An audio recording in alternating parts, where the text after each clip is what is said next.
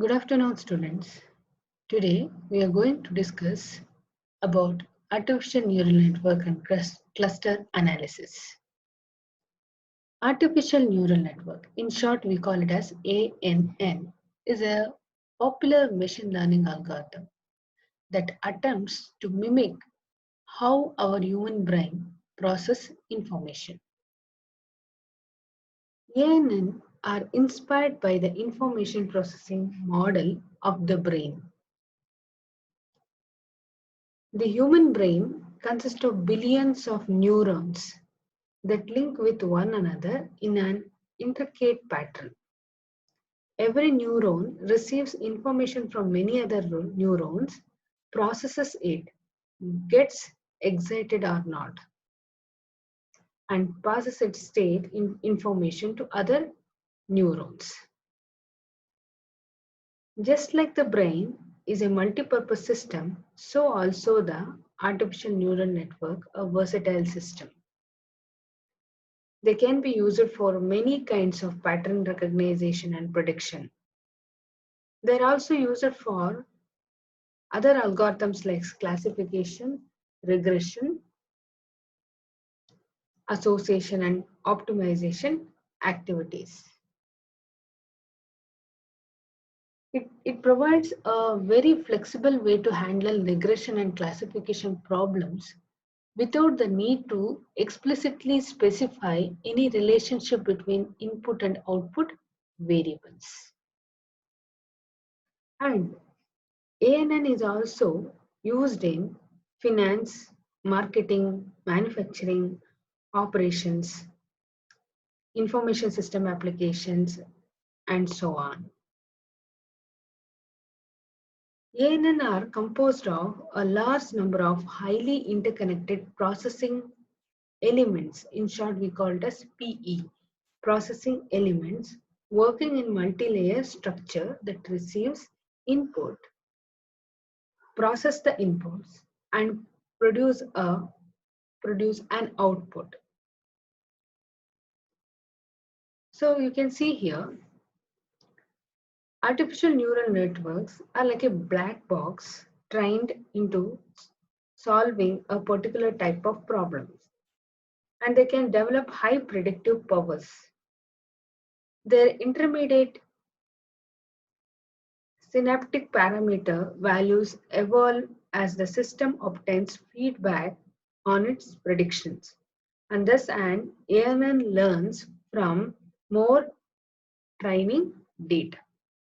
So this figure shows that it receives input, and what actually happening inside it, it is black box. That's why it is called as black box. It is not explanatory. It is not visible.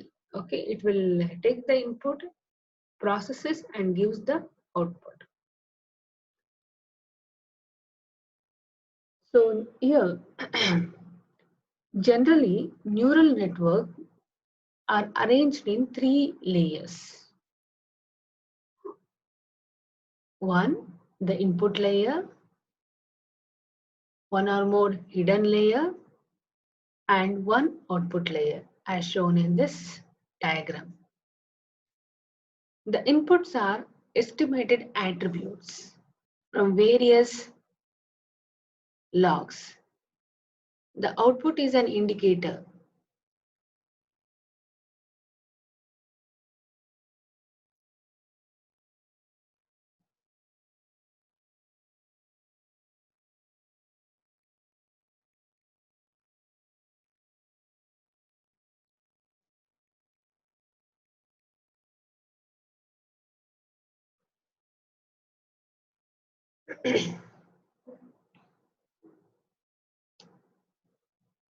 In the ANN, each layer contains a number of nodes.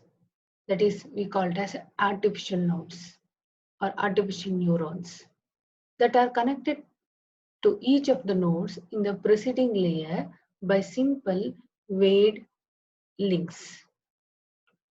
Except for nodes in the input layer, each node multiplies its specific input value by the corresponding weight. It will come here, weight. Yeah, weight.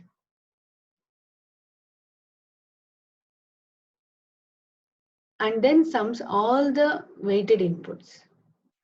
Sometimes a constant that we called as a bias can be involved in the summation. The final output from the node is calculated by applying a activation function to the sum of the weighted inputs. So let us discuss in detail in the coming slides.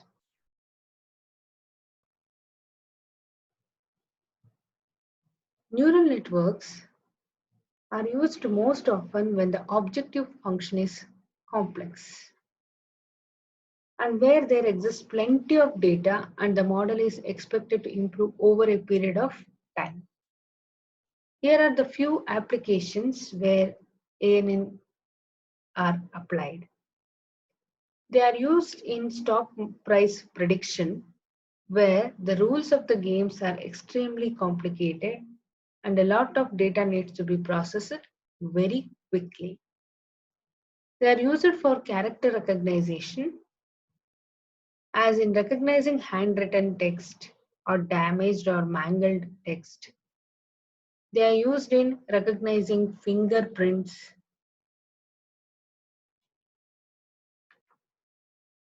and so where the complicated patterns are actually there and very unique for each person. They are used in traditional classification problems like approving the financial loan applications and so on. Let's move on to the design principles of an artificial neural network. A neural network is a series of neurons that receives input from other neurons.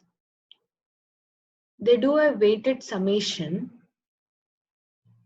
of all the inputs using different weights for each input. The weighted sum is then transformed into an output value using transfer function. Learning in artificial neural network occurs when the various processing elements in the neural network adjust the underlying relationship such as weights, transfer function, etc.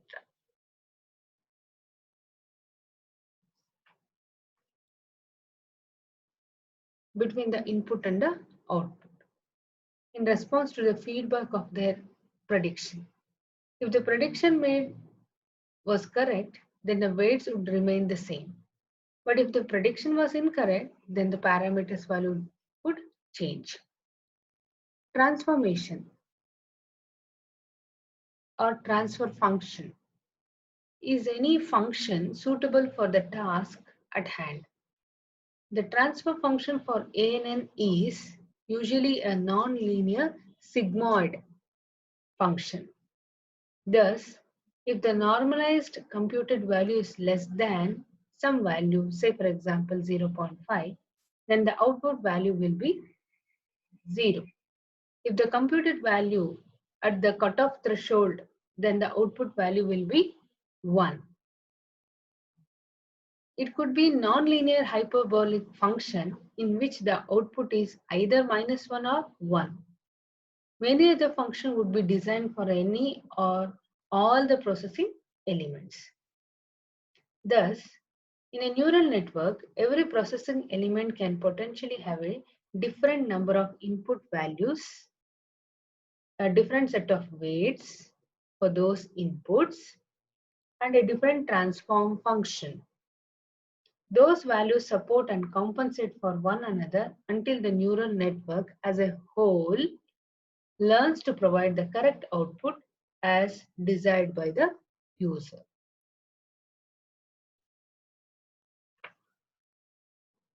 So we'll go into the detail. What is a neuron? A neuron is a basic processing unit of the network. The neuron receives input from its preceding neurons, that is, processing elements, does some nonlinear weighted computation on the basis of those inputs, transform the result into its output value, and then passes the output to the next neuron in the network, as shown in the figure. X are input, W are weights for each input, and Y is an output. A neural network is a multi-layered model. If there is one input, one weight, one summation function, then one output, we can call it as a simple. Okay, simple artificial neuron. ANN, however, may have multiple layers of processing elements in sequence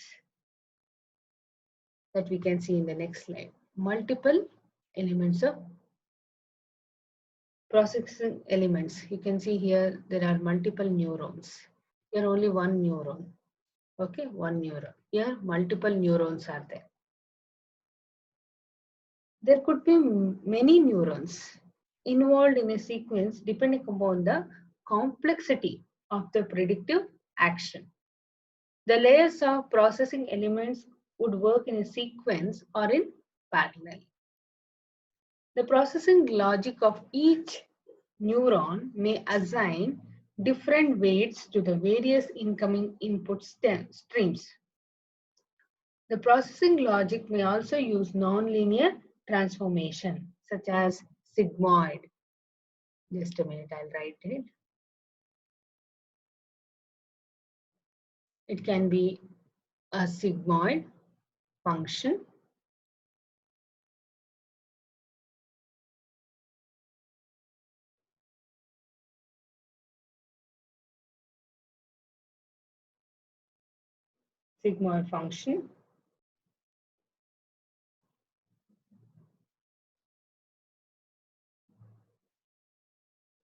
from the processing values to the output.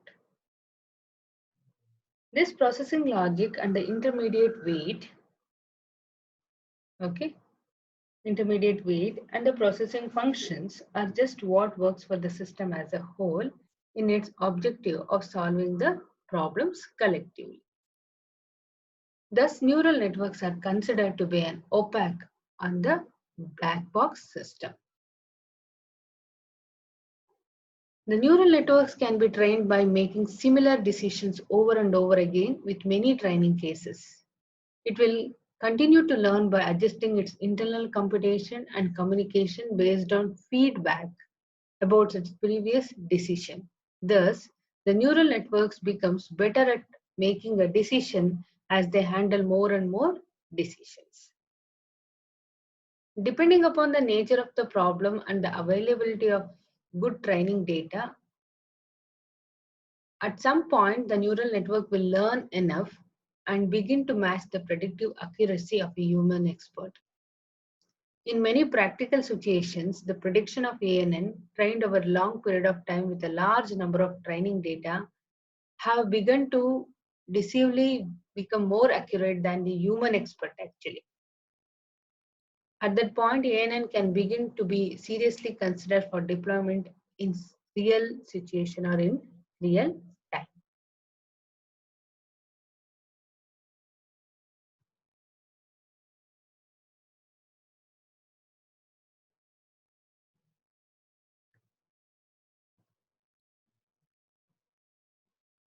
Yeah, architecting a neural network. There are many ways to architect the functioning of an ANN using fairly simple and open rules with a tremendous amount of flexibility at each stage. The most popular architecture is a feed-forward, multi-layered perception with back propagation learning algorithm. That means there are multiple layers of processing elements in the system, and the output of the neurons are fed forward to the processing elements in the next layer. And the feedback of the prediction is fed back into the neural networks for learning it to occur. This is actually given in this table. For classification, the architecture used is feed forward networks, okay, radial basis function and probabilistic, regression feed forward networks, that MLP means multi-layer perception, radical basis function, clustering, adaptive resonance, resonance theory, self-organizing maps, we say, association rule of field networks. These are the some of the ANN architecture for different applications like classification, regression, clustering, association.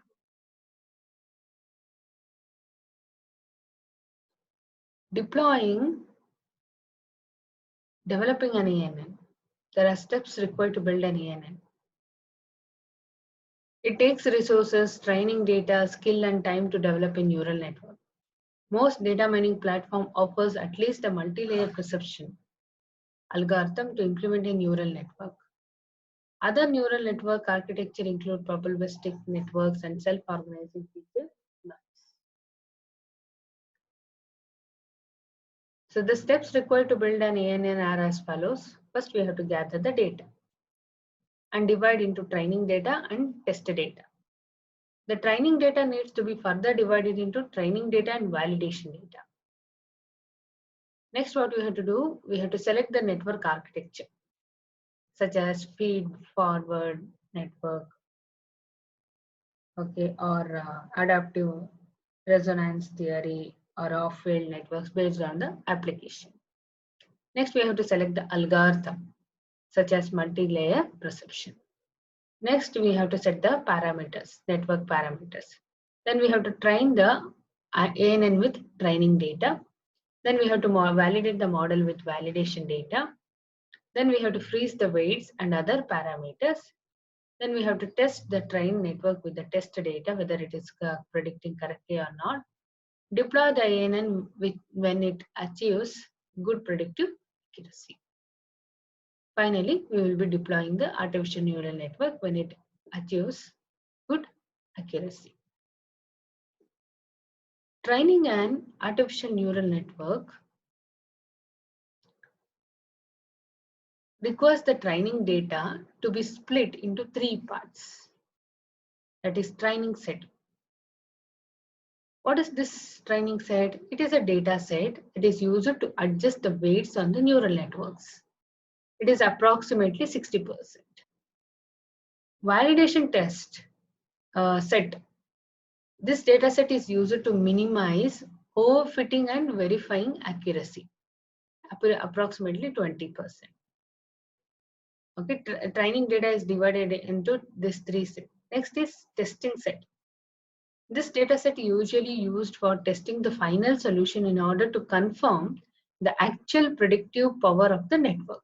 That will also be approximately 20%. 60%, 20%, 20%. Approximately altogether we'll get the 100%. What is this k-fold cross-validation? This approach, it is an approach. That means that the data is divided into k equal pieces and the learning process is repeated k times with each piece becoming the training set. This process leads to less bias and more accuracy.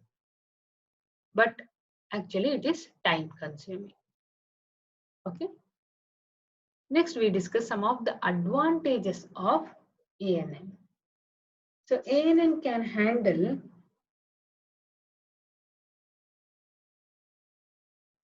a variety of problem types like classification, regression, clustering, okay.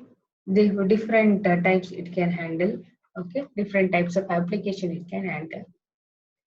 Actually, ANN impose very little restriction on their use. It can deal with highly nonlinear relationship of their own without much work from the user or analyst.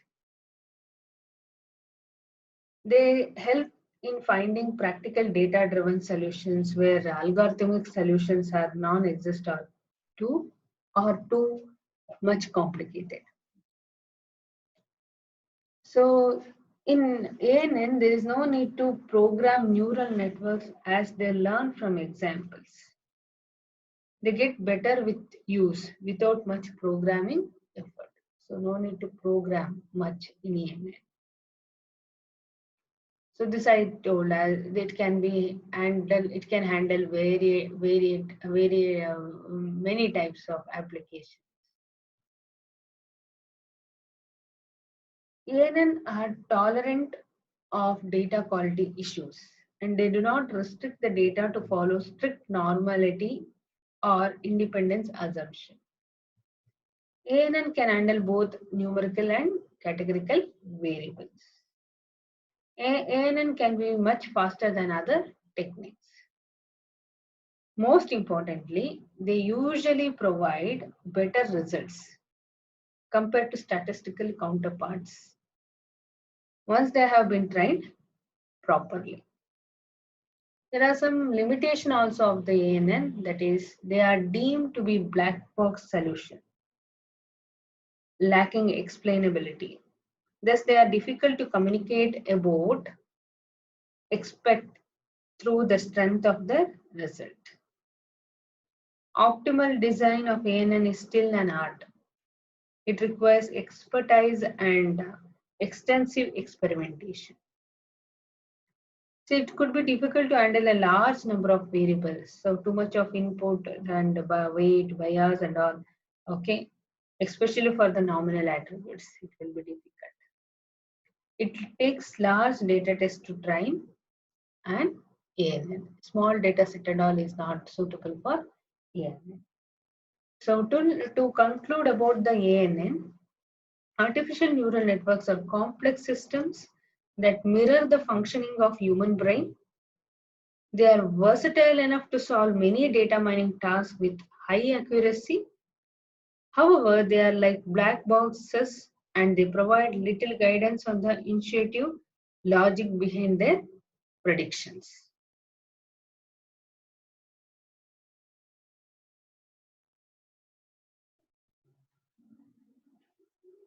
Let us discuss cluster analysis.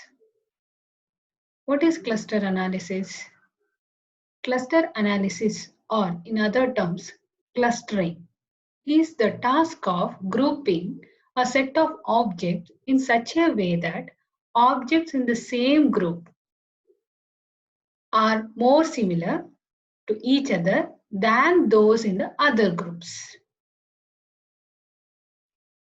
Clustering is an unsupervised learning techniques as there is no output or dependent variable for which a right or wrong answer can be computed. When we compare with the classification, here in clustering, there is no target variable or a class label, okay, which need to be predicted by using other attributes or other independent variables. Here that class label concept is not there in the clustering.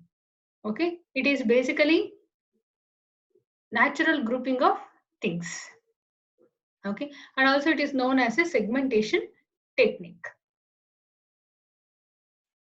The correct number of clusters or the definition of those clusters is not known ahead of time.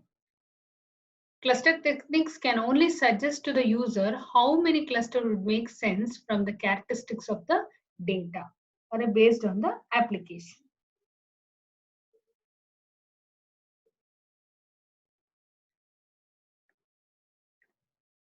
So let us consider this example.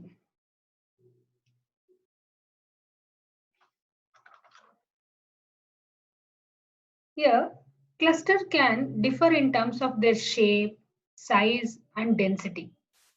Clusters are nothing but patterns, and there can be many kinds of patterns.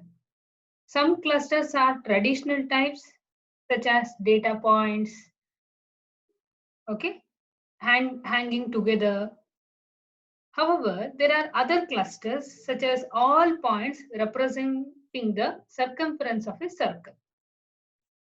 There may be concentric circles, which points of different circles representing different clusters. So the presence of noise in the data makes the detection of cluster even more difficult.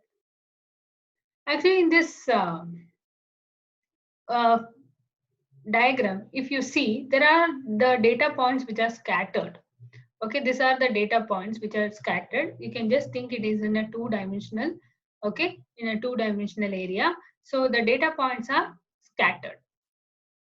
So how many clusters can be visualized in this scattered data points? How many clusters we can form? Like it seems like there are two clusters of approximately equal size. We can make this as one cluster and this as one cluster like this. However, they can be seen as three clusters also. So I'll make this as one cluster, this as one cluster, this as one cluster. Say, for example, here I may draw as a two cluster. I may draw like this. This is maybe the two cluster. Okay, this looks like a two cluster. If some of you may feel that there is a chance of three cluster. Okay, depending on the closeness of the data items. So I take this as one cluster and this as another cluster. Okay, this is another cluster. Like this, it is like I can tell there is a three cluster. Okay, so there is not a truly optimal way to calculate it. Heuristics are often used to define the number of cluster. There is one elbow method which is used to define the number of cluster.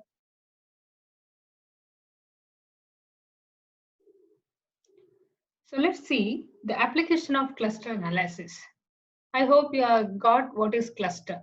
Cluster is nothing but it is a collection of objects, okay, within the same group are alike, but the objects in different groups are not alike.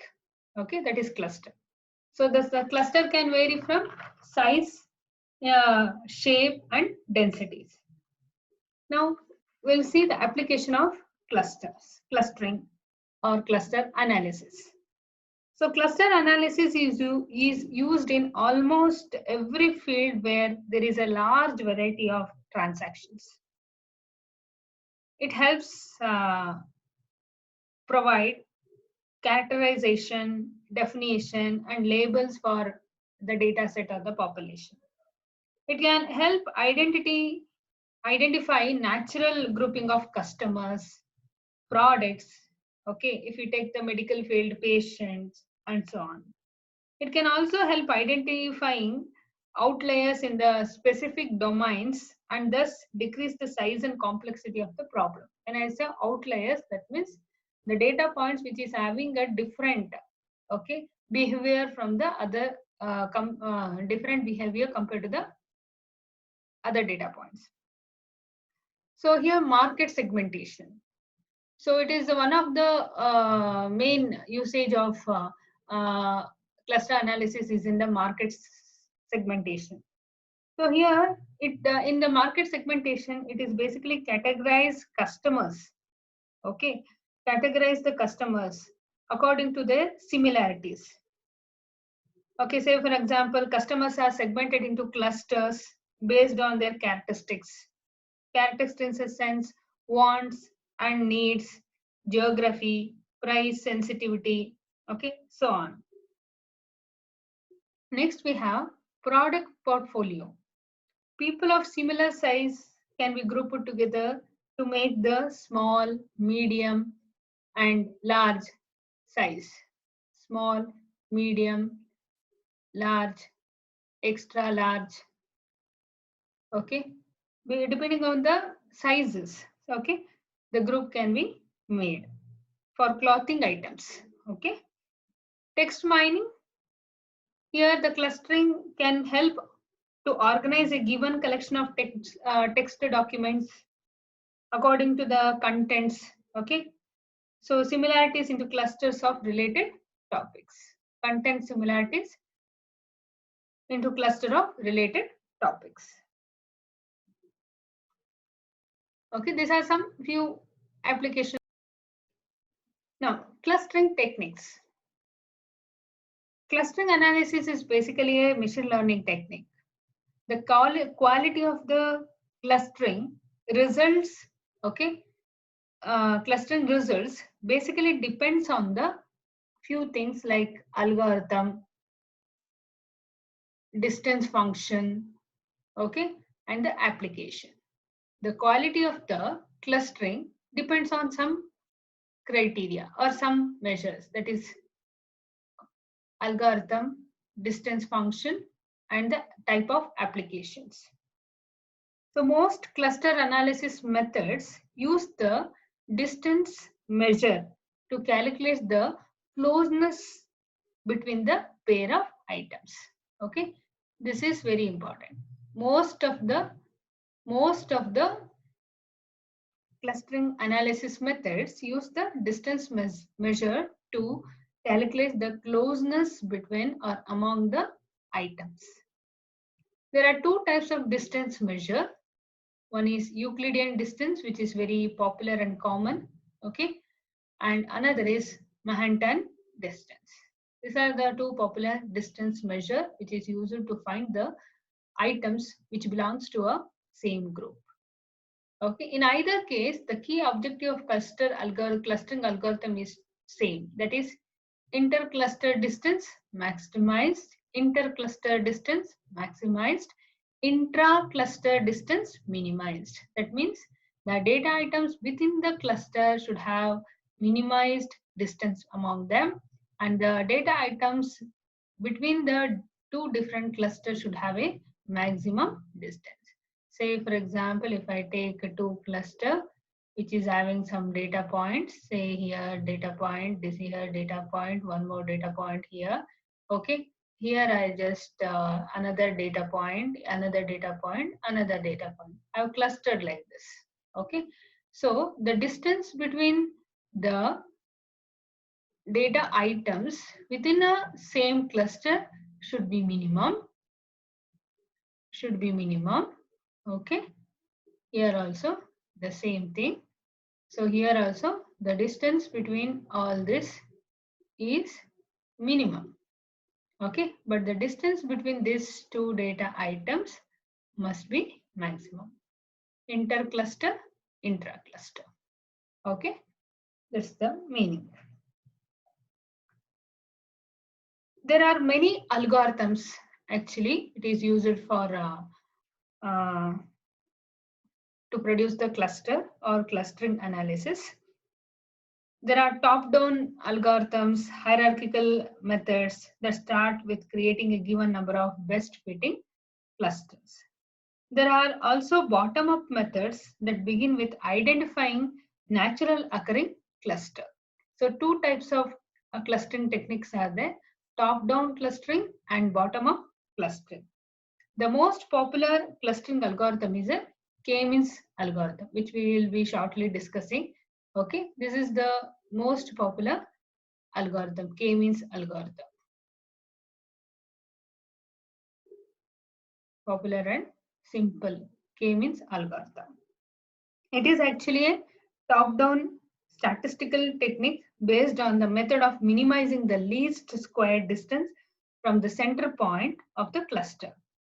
Okay, so let us see, there are some general steps or steps of clustering algorithm.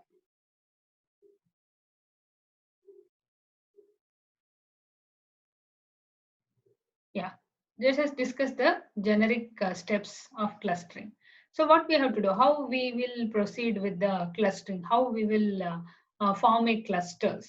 Okay, clusters. So first what we will do to form a cluster, we will find the means first we will decide the arbitrary number of groups or a segment to be created. Okay, how many cluster I want to, for a given data points, how many cluster need to be created. That's what, that is pick an arbitrary number of groups. Okay, arbitrary number of groups or a segment to be created. Then next what we have to do to find the closeness among the data points, I randomly choose some center point. Say for example, if I want to just know which are the areas, okay, closer, okay, which are the area closer. So I'll take a center point. For example, if I take a Bangalore, I'll just say take center point as a Majestic. So I just want to form a cluster, okay, which are the areas close to the close together. So I just take the Majestic here as a center point, and I just take the places which are close to the, okay, close to the Majestic. So here this the area which are close to this Majestic will be having a one cluster formed as a cluster. So what we do, we randomly choose here. Okay, this is very important here. The randomly choose the center values of groups. Okay, then we will classify the instance to the closest group. So which are having a minimum distance, that will be considered as one belonging to that particular cluster. So compute the new values of the group center. So there is not a proper form of there is the data points are not much closer. If you see here, okay, if you see this example, so if I form this a cluster, this data point is very far from the other two data points.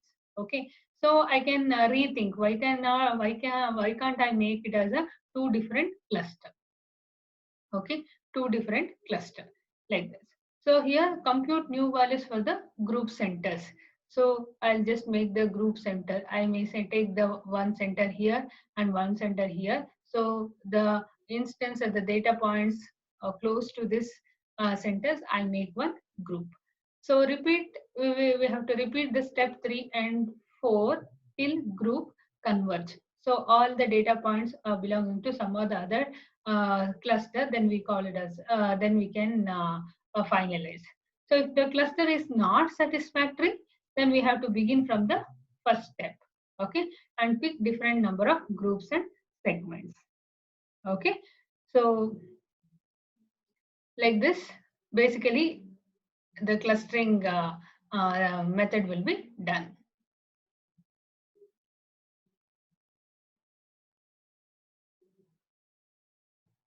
So here let us consider one simple example clustering exercise. Okay, so here simple exercise to visualize and intuitively identify cluster from the data sets shown here. Okay, so here x and y are the two dimensions of interest. X is one dimension, y is another dimension. Okay, so the main objective is to determine the number of cluster and the center point of this cluster. Okay, that is the main objective. So here we have a data point x and y. So 2, 4 will be having one data point. Okay, at the coordinator that we have a x-axis and y-axis, or x dimension and the y dimension. Okay, and say for example, if you have 2 dimension like this is x and this is y. Okay, so this is 0. We have 1, 2, 3, 4, 5. So how I can write this in the form of a data points? Okay, so first one I'll write how I'll represent this values. Okay, this values in the form of x and y dimension. So what is 2? Here the 2 is here, and next is 4. The 4 is here. Okay, so I just come here. Okay, here my data point will be this heading in this quadrant. Okay, so this is my data point.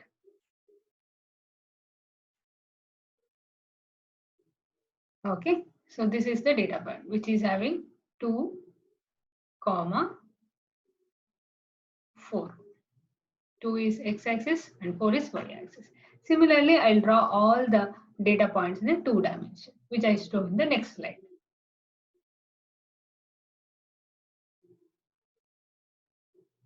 Okay, when we move on to the okay, data points, when we the same, I think you have observed this x and y. Okay, x and y, 2 4 2 6 5 6 4 7 8 3 6 6 5 2 5 7 6 3 4 4. So when we just draw it in the form of a two dimension, that is a scatter plot of 10 items in two dimension, it looks like this. Okay, so what it is, you can see it is fairly distributed. Okay, distributed. So 2 4, you can see here 2 4, then 2 6. Okay, like 4 4 4 7. So it is scattered, the data points are scattered in the two dimension area. Here, as a bottom-up technique, the number of clusters and the centroids we initiated. As a first step, we have to initiate the centroid. So here you can see here there is a centroid here. Okay, the centroid is given here. Randomly it is kept here. Okay, so here the points are distributed randomly enough such that it is considered as one of the cluster. Okay, initially I kept, and all initially we'll just think all will belong to one single cluster. So the solid circle, whatever you are seeing here, it is nothing but the central point or a centroid of this cluster. So we are taking this is the center point, and all this cluster, all these data points are around this centroid. Okay.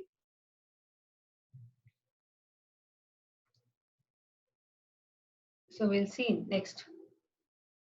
Okay, hope you are understood this one. Okay, we have scattered the data points in the form of a two-dimensional area. So however, there is a big distance between the, if you observe here, there is a big distance between the data point, that is 2.6 and 8 point. There is a big distance. Yes or no? If you take this, there is a big distance between 2.6 and 8.3. Okay, so this can be broken into two clusters. This can be broken into two clusters. I'll show in the next slide. Yeah, this can be broken into two clusters. The 3 points at the bottom can be belonging to one cluster, that is 5.2, 6.3, 8.3. If you visually see this, they are closer. If you visually see this, this data points are closer. So here what we are doing, the 3 points at the bottom right can form one cluster, and other 7 will be forming the one more cluster, other cluster. Okay, the two clusters look like this. Okay, here. Okay, the two circles are new centroids. So in the previous slide, if you saw, here we had one single centroid. Okay, but we got to know that when we visualize this, 2.6 and 8.3 are too far. So we cannot bring it to us. Their closeness among these data points is very less. So we cannot say they are belong to a same cluster. Okay, so that what we have to do, we have to we can separate it, and we can bring into a, okay, bring it to a different cluster. Okay, so here you can make it as a two cluster. Okay, so again, if you see the bigger cluster, okay, here you are done. If you see this is a center point, you can make out that this 3 points almost close to the center point. That's all. So but if you see this, okay, these 3 are closer, these 3 are closer, but these are little bit farther. Okay, so it seems like 4 points on the top. Okay, they are form a separate cluster because they are close together. We can form a separate cluster. Okay, cluster of this. So how we can do like this? And we have kept the centroid separate now. Okay, we have given the separate centroid. Okay, so this solution has 3 clusters. Okay, this solution has 3 clusters. The cluster on the right is far from the other 2 cluster. Okay, if you take this, it is little bit far from the other 2 cluster. However, its centroid is not too close to all the data points. Okay, the cluster at the top looks very tight fitting with the nice centroid. The third cluster at the left is spread out and may not be much useful. Okay, here centroid is little bit in the center only. They are very scattered far. Okay, this was bottom up exercise in visually producing three best fitting cluster definition from the given data set.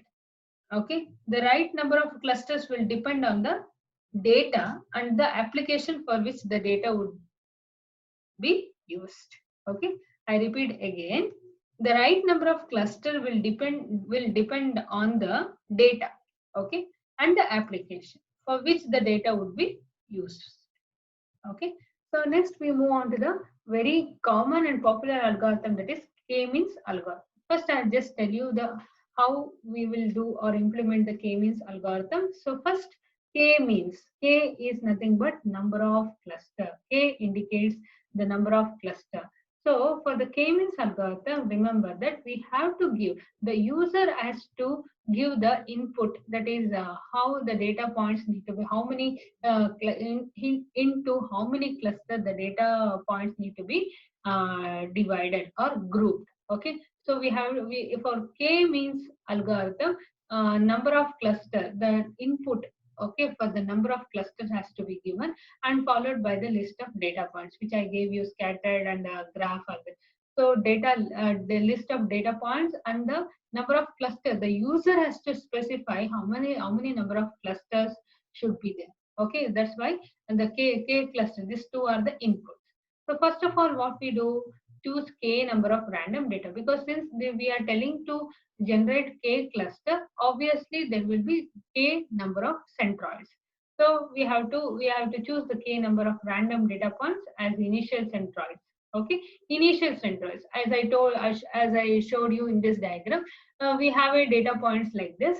We are randomly choosing one arbitrary centroid. Okay, we have to randomly choose it. So that's what here also it is doing, random data points as initial centroids. So what we have to do next, repeat till cluster centers stabilize.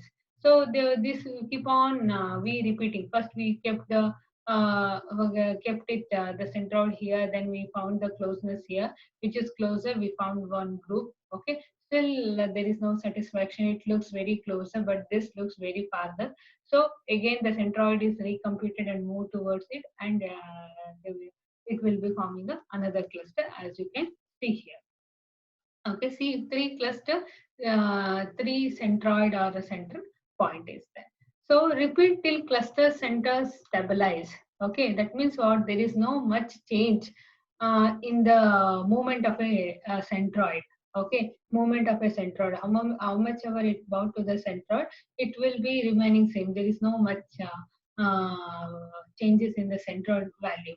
So in that case, it is stabilized. Okay, so once the cluster centers become stabilized, okay, what we have to do, we have to allocate each data point in database D to the nearest k centroid. Okay, then what we have to do, we have to compute centroid for the cluster using all points. Okay, all points.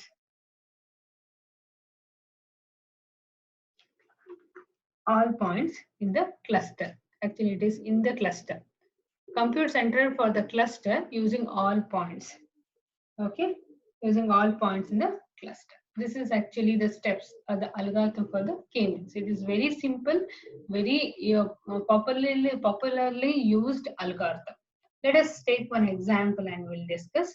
Okay, so first what we are doing, this is same data points we are using, whatever I showed you in the exercise, same data, 2, 4, 2, 6, 4, 4, 4, 4, 4, 7, like this. This is the data points, whatever you are seeing, it are the data points.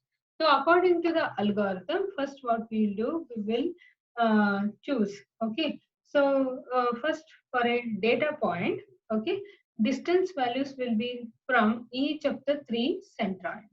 So distance values will be from the each of the centroid. Okay, the data point will be assigned to the cluster with the shortest distance. Okay, the data point will be assigned to the cluster with the shortest distance. Okay, so all data points be assigned to one data point or the other. Say for example here, if you see here, here randomly three centroids we are taken. Then if you see here, we are calculating a distance measure. So I told you there are most commonly used two different distance measure. That is, one is Euclidean distance, another is Manhattan distance. Okay, so we go with Euclidean distance. What we are doing, this is we have put the center point.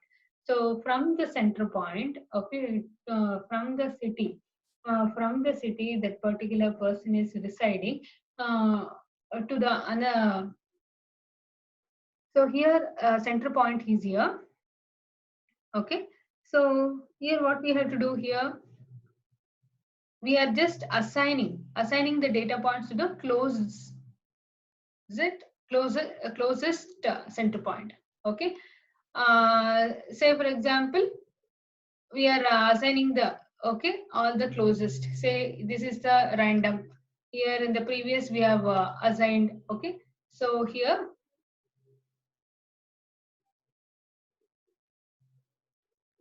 you can see here.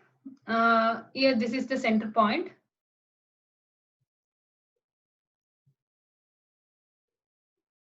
Centroid or central tendency we can say. Then which are the closest to it? We're using distance measure. We will be calculating the distance measure, the distance of this to this. Okay, this to this to this.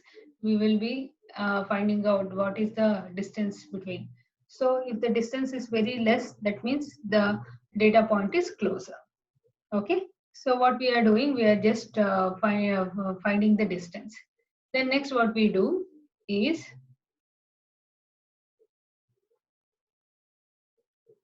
you can see here, we are just repositioning. So here if you see, the distance is very less, the distance is medium, the distance is very far. Okay, similar with the other things.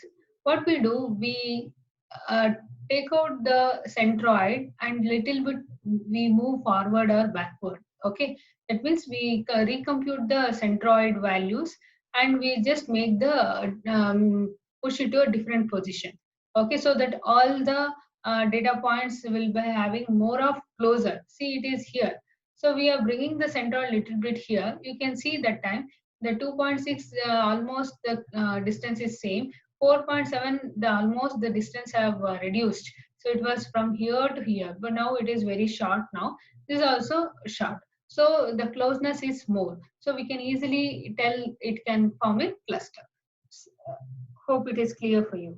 Okay, the center for each cluster will be recalculated, okay, such that it is closest to all the data points allocated to that cluster. Okay, the dashed line, if you whatever you are seeing, okay, shows the center being moved from the old position to a revised new position. Okay, this shows that from old position to new position it is moved. So you can see the closeness of the data points with respect to the centroid. Once again, the data points are assigned to the three centroids closest to it. Okay, closest to it. So if you see here, okay, previously it was moving. We are moved. Then we are just checking which are the data points closest to this center. If you see here, before we were having only 2.6, 4.7, 2.4. But now there is a chance 5.7 also coming close to this, 5.6 also close to this, like this. So this, okay, we are recomputing the closeness of the data points towards the center. Then we'll take this. Okay. Then what we'll have, the new centroid will be computed from the data points in the cluster until finally, okay, the centroids stabilize in their locations. There are three cluster computing by this algorithm. If you see, there are three cluster. We are given the data point, the number of cluster. The k value is 3. So the three clusters will be considered. Okay. So the cluster is shown by drawing the circle around it. Okay. So this cluster definitions are different from once derived visually. Okay, so this is a function of random starting centroid values. The centroid points used earlier in the visual exercise were different from the chosen with the k-means clustering algorithm. So the k-means clustering exercise should therefore be run again with this data, but with new random centroid starting values. With many runs, the cluster definitions are likely to stabilize. Okay, we have to keep on moving the centroid where there will be one point will come. The mean value will be stabilized. Okay, k means, okay, the mean value will be stabilized. It will not change at all. Okay, so if the cluster definition do not stabilize, that may be the sign that the number of clusters chosen is too high or too low. So here the k-means algorithm based on the distance algorithm and the means, okay, means. So it will find the closest of the data points and form a cluster. So there is one method to find out the correct number of cluster. That method we called as a elbow method. Okay. Next we will discuss the advantages and disadvantages of the k-means algorithm. So k-means algorithm is simple, okay, to say, and easy to understand and easy to implement. It is also efficient, in which the time taken to cluster k-means rises linearly with the number of data objects. So less the number of data points, less the number of time. More the number of data points, more the time. So here no other clustering algorithm performs better than the k-means. K-means is most popular one in the clustering algorithm. There are some issues with k-means also. That means first most issue is we have to specify the number of clusters. Okay, the user has to decide, but it may not be always correct. The user cannot guess and tell, okay, 2 cluster or 5 cluster. If the user gives a number of cluster as 5, but the data points are very less, okay, data points are very less, that time what happens, say for example, so data point is like this, okay, only 5 data points are there, okay, 5 data points are there. What it will do, it will do the procedure. It will make the centroid here, like this. 5 centroids will be given, and what it will do, one data point will be one cluster. One data points will be one cluster. That is the disadvantage. Okay, that is the disadvantage here. The user needs to specify an initial value of k. What happens here, the user, when they specify the k, that number of cluster will be found, but the data points are very less, means in that case we cannot correctly form the cluster. The process of finding the cluster may not be converged. It is not suitable for discovering clusters that are not hyperellipsoids, okay, or hyperspheres. So this is about the clustering analysis. Thank you.